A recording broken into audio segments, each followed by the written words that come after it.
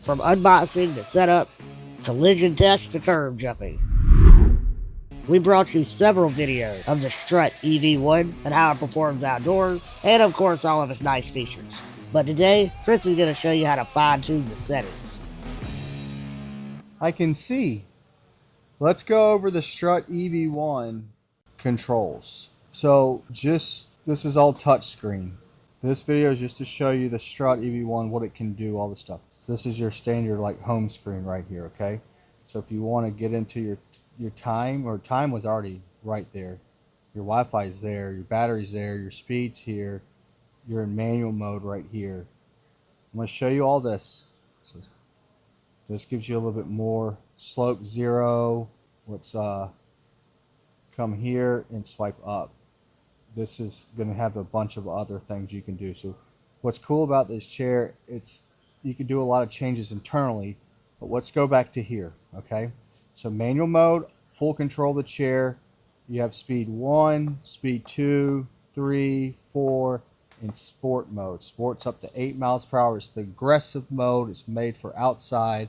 Get to where you're going faster. Not a lot of power chairs can get up to 8 miles per hour. And in that mode, it'll only vibrate, right? It would only vibrate the joystick if you want to. You can turn that off. I'm going to show you. You can go into settings. But yes, it will allow you to run into stuff. Full control of the chair, just like any other power chair in the market. This is your eco mode.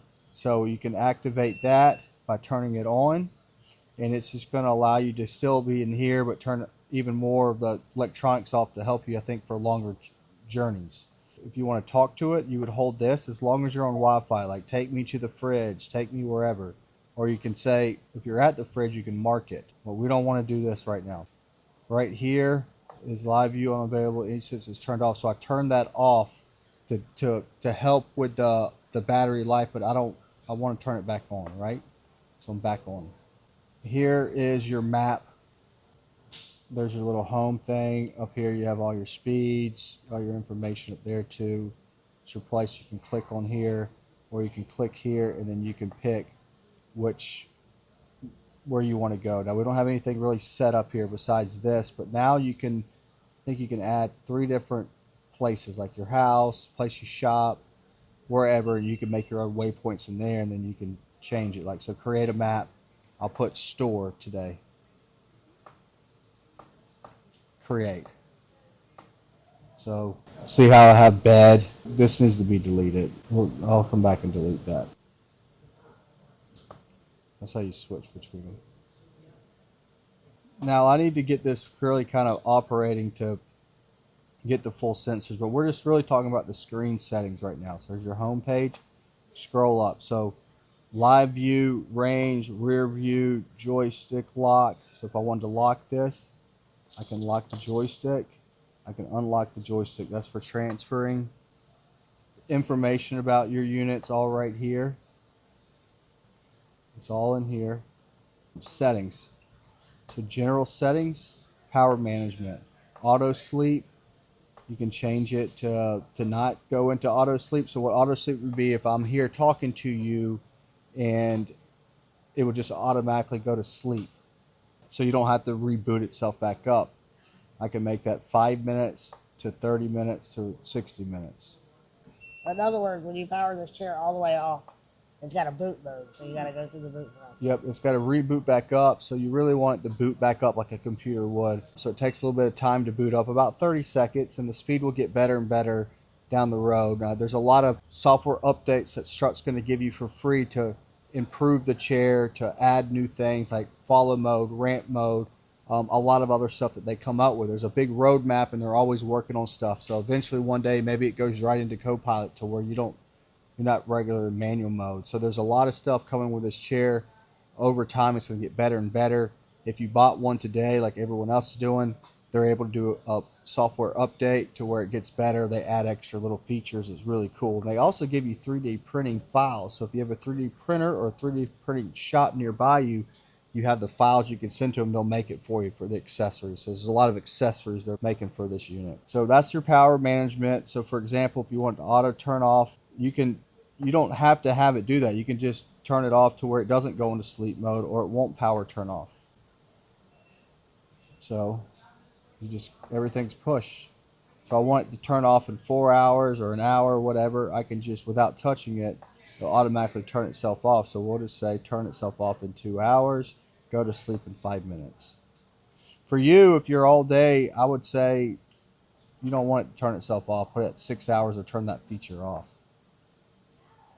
Your date time, see we're at 24 hours. Let's turn it to 12. Now your time is going to be 2:33. Okay. It's back to settings. The unit, if you want it miles or kilometers, you can choose. So I like that. Some chairs, it's automatically in kilometers, so this one gives you an option.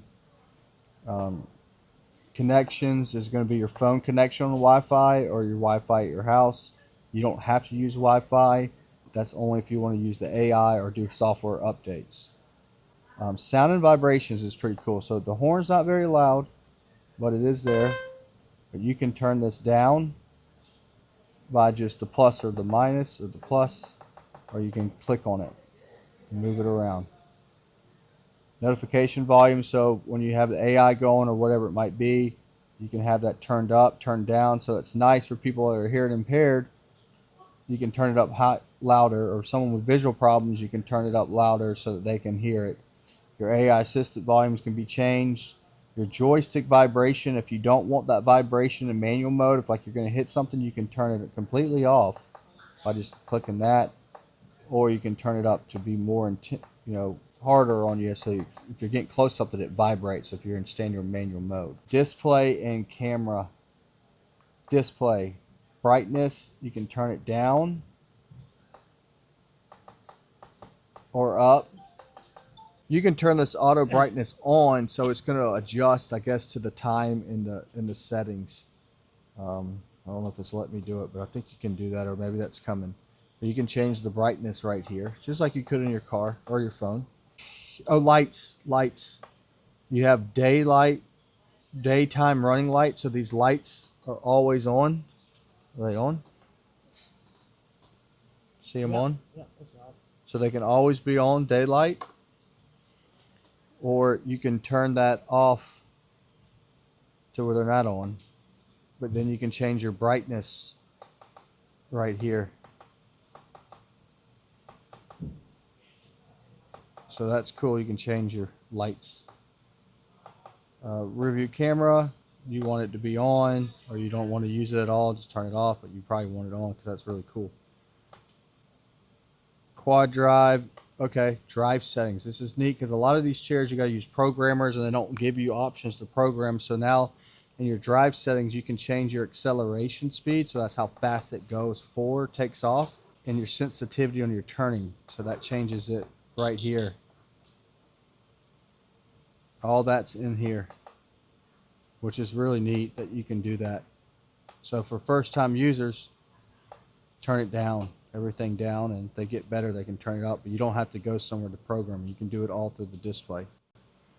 And speed levels, this is where I was telling you, if we're giving me access to 8 miles per hour, but let's say you don't want your parents or whoever to use this up to 8 miles per hour, turn it off.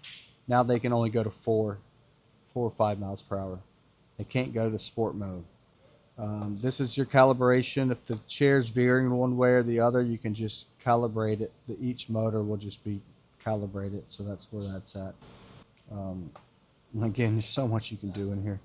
This is EV Sense is basically all your different, your autopilot, your Copilot Plus. If you want to get closer to something or further for the sensors to allow you to get closer to a table, you can adjust this to what you like. Your Copilot's the same way. Like your follow distance, if you're behind someone, it's tight, or I can be a little bit further back. So it's going to kind of, it's just basically adjusting the sensors. Allows Copilot operating at level 4 and level S. Drop off detection will turn off after these speed levels. Stop distance, you can change it all. Basically, you can change all this stuff is what I'm getting to. Vehicle structure. If you change and we can change this so it's not millimeters, but you can, if you change the positions of the arms or the height, they kind of want to know it. So you just want to change from the low to the medium or the high, because there's 3 settings. I don't know what we're in, probably low. If you adjust the arms out, they have a narrow, standard, and wide.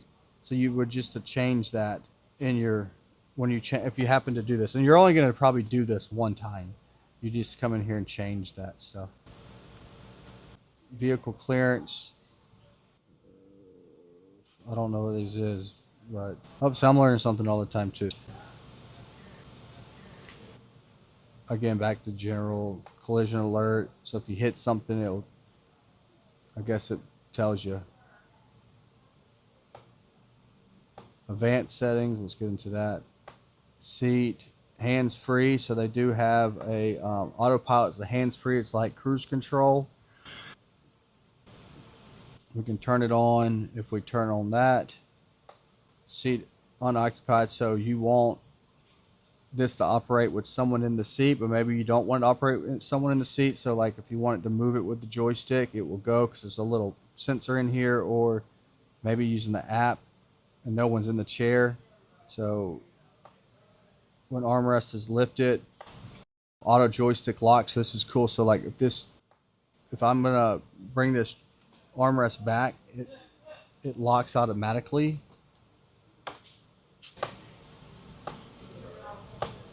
This is going to make it so you can't go in sport mode unless you have your seatbelt on. Vehicle mode, whatever that is. You can turn all this off. Camera's all off for privacy. If you don't want it on, you can turn it all off. So if you're going to use this and you don't care about all the extra features it has and you want all the privacy off, just turn it all off.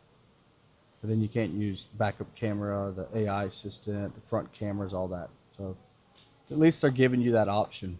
Some things don't. Yeah. So in speed 1, it's pretty slow.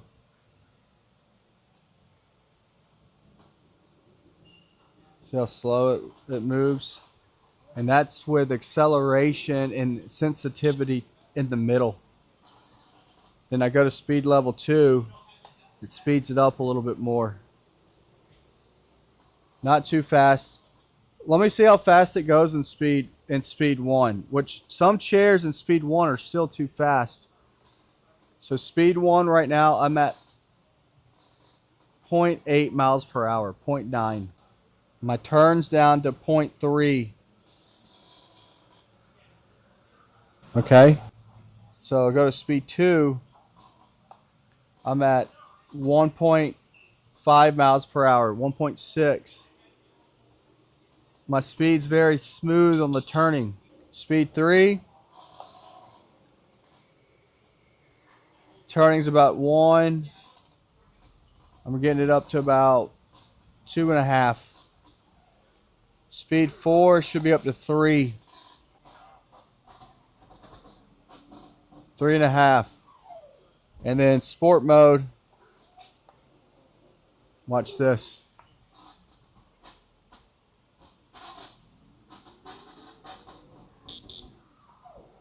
Get it up to 8. Sport modes are outside. But when you activate, what they've done too is when you go to co-pilot, you're only going to get up to a max 3 miles per hour. You can't get any faster. You can turn it down, but you can't go past the 3 speed. You can't get past 3 in co-pilot.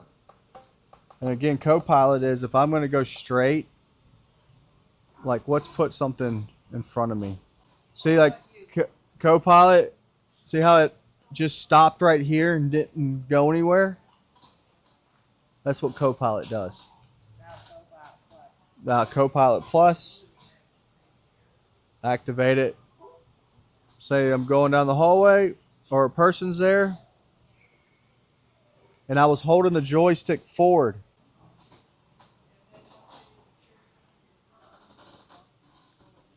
We've already done a waypoint video, but now we're going to throw in some shots for you. Take me to mailbox. Mailbox 1. It's going to take me on its safest path. And again, I'm not using my hands at all. I'm actually allowing it to do whatever it take me to the mailbox. The mailbox outside, so we're going out there.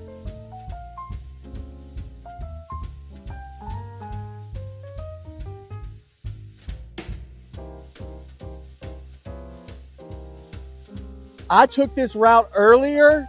That's probably why it's sending me this far out. If I want it to be that way, it would have taken me that way. I'm thinking because the new mailbox 1 route I took, I brought it this way to do the mapping with it because there was cars and stuff. So it got me pretty close to the mailbox. Now I can control it to take me up to the mailbox. Strutt EV1. Went over the chair with you. There's so much to learn about this, so much to come. If you're interested in this chair and would like to speak to someone on the phone, just give us a call or check out some more of our videos. But they're in and they're ready to ship, and we're shipping them all over the place. So if you bought one of the Strutt EV1s from us, please make a comment. If you have a Strutt, please make a comment. Tell us what you like about it, what you don't like about it. We want the viewers to see the new technology of power mobility, the Strutt EV1, what it can do, how it can better your life. And we have another interview coming pretty soon that I think you're going to enjoy. Make sure to come back to our shop videos where we do full unboxings and much more. So like and subscribe, and we will see you next time. Visit us online at affordablemedicalusa.com or give us a call at 803-926-2224. Mileage and distance can vary based on terrain. Your price can vary too. If our phone rings, we'll beat the other guy's price, but you actually have to call us. So what are you waiting on?